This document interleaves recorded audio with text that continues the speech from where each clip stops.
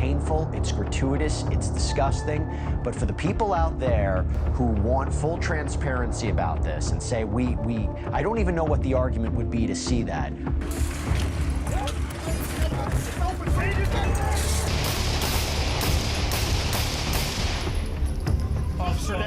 For years, they told her the case was closed, but she couldn't forget the face, or the questions that haunted her nights. Every lead she chased pulled her deeper into a maze of secrets and lies, until the truth exploded, exposing a darkness that was never meant to be found.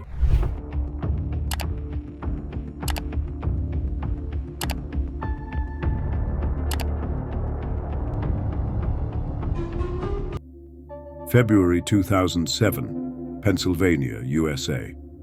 A place known for its quiet towns and strong community spirit became the new home for Siva Prasad Vyas and his wife, Chintu Lata. Leaving India with high hopes, they dreamed of a fresh start in America. The moment they arrived, it felt like stepping into a land full of possibilities. They settled in a small, peaceful neighborhood in Pennsylvania, both working as software engineers. Life was steady and warm, surrounded by friendly neighbors, many from their own culture. In January, their joy reached a peak when their first child, a baby girl named Sanvi, was born. Her bright eyes and innocent smile lit up their world. Even from far away, Siva's parents in Andhra Pradesh shared in the happiness, counting the days until they could meet their granddaughter.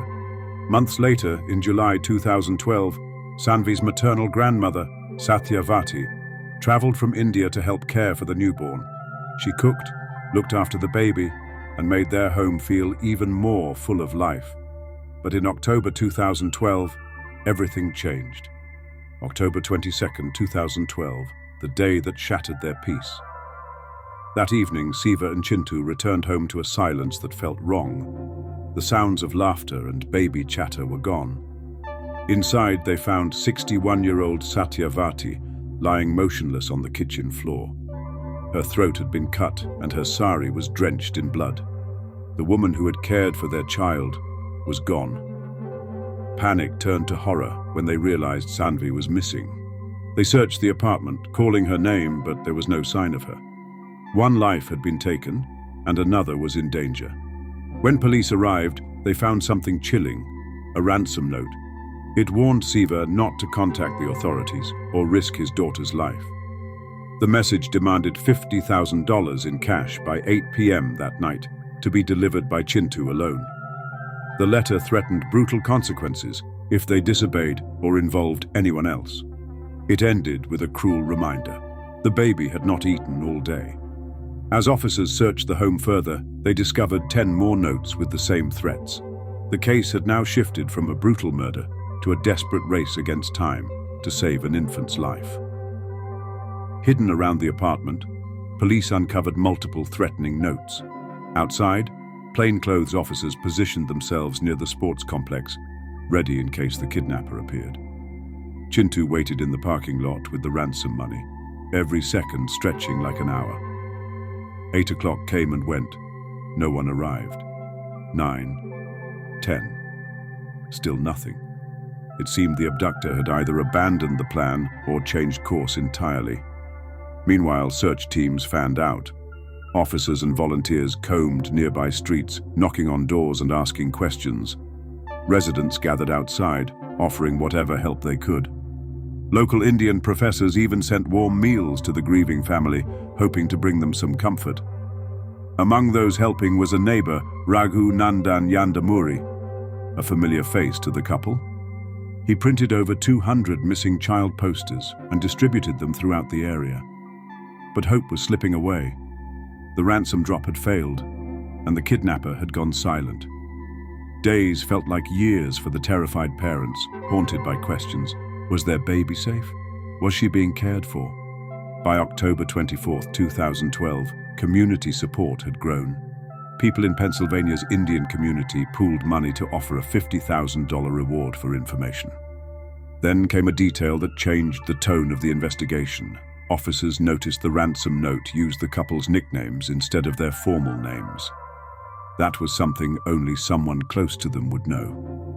While detectives reviewed their suspect list, The control room received a call from the gym in the same apartment complex. The staff had found a blue bag left near the check-in desk. No one had claimed it, and it seemed out of place. Officers rushed to the scene. When they unzipped the bag, their expressions drained of color. Inside was the body of baby Sanvi, along with some of her tiny clothes and belongings. She had died from suffocation inside the sealed bag. The news shattered her parents completely. They had already lost a mother, and now their only child was gone in the most brutal way. Determined to catch the killer, police sent the bag for forensic testing and turned to the building's CCTV footage. They watched it frame by frame, searching for anyone carrying a similar bag. Then, in one crucial clip, they spotted him, a man walking out of the building holding a blue bag that matched the one found in the gym. When investigators spotted the man on CCTV carrying the blue bag, they froze the frame and sent the image to Siva and Chintu. The response came instantly. They knew him. It was Raghu Nandan Yandamuri, the same neighbor who had been by their side since the tragedy began. Just days earlier, he had handed out missing child posters, spoken words of comfort, and acted like a loyal friend. Now, the truth was beginning to surface. The man offering help had been hiding something far darker. Raghu, originally from Andhra Pradesh, worked in IT and had been living in the same apartment complex for some time. He knew the family well, often visited, and had earned their trust. But behind the polite conversations and friendly visits, he was living a double life. Police wasted no time. How do you think it went today, Mr. Yandamuri? How do you think the trial's going? Do you have any comment, Mr. Yandamuri? Your intention for going to that apartment on Monday afternoon? Just to kidnap the baby. To kidnap the baby? The execution date for Raghunandan Yandamuri, the first Indian-American man to face death penalty, has been set for February 23rd. Once they confirmed his identity, they moved in, arrested him, and brought him in for questioning. At first, Raghu denied everything, acting shocked by the accusations. But when officers played the surveillance clip showing him leaving with the blue bag, his composure began to crumble. After hours of interrogation, the truth spilled out, and it was worse than anyone imagined. He was drowning in gambling debt. Most of his salary had vanished into casinos, and creditors were closing in. His wife, pregnant at the time, knew nothing about his secret addiction. Desperate for fast cash, he began looking for a target, and he thought of the very people who had welcomed him into their home. He remembered visiting their apartment during a party and noticing gold jewelry, cash, and the presence of Chintu's visiting mother from India. His plan, he claimed, was to kidnap their child for ransom and steal valuables, not to kill.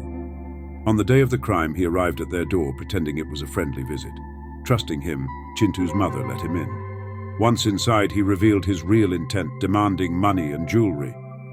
When she resisted and refused to let him take the baby, a violent struggle broke out. In the chaos, he pulled a knife and stabbed her in the neck, killing her instantly.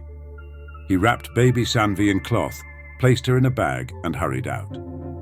When the infant began crying, he shoved cloth into her mouth to silence her. Walking home, she cried again, and in another moment of panic, he forced in more cloth. Baby Sanvi was no longer breathing. She had suffocated inside the tightly packed bag. In that moment, Raghu realized the situation had gone far beyond what he had planned, and there was no undoing it. When the truth emerged, it sent shockwaves through Pennsylvania's Indian community and beyond. People struggled to accept that a man they knew, a neighbor they trusted, could commit such a brutal act. The story dominated headlines, and grief quickly turned to anger. Many demanded the harshest punishment the law could deliver. After a lengthy trial, the jury returned its verdict: death by lethal injection. But in the US, such sentences are rarely carried out quickly. Appeals, legal reviews, and changes in state policies can delay an execution for years. To this day, Raghu remains on death row, awaiting the outcome of his appeals. For Siva and Chintu, the betrayal cut deeper than the crime itself. The man who destroyed their family was someone they had welcomed into their home, shared meals with, and considered a friend. The case remains a chilling reminder that sometimes the most dangerous threats come from those we trust the most. Justice wasn't easy, and the scars may never fade. But her fight proved that even buried truths can rise again. The lies are gone, the darkness exposed, and the last known truth finally revealed. This is Last Known Truth. Subscribe now and join us as we uncover more stories that demand to be heard.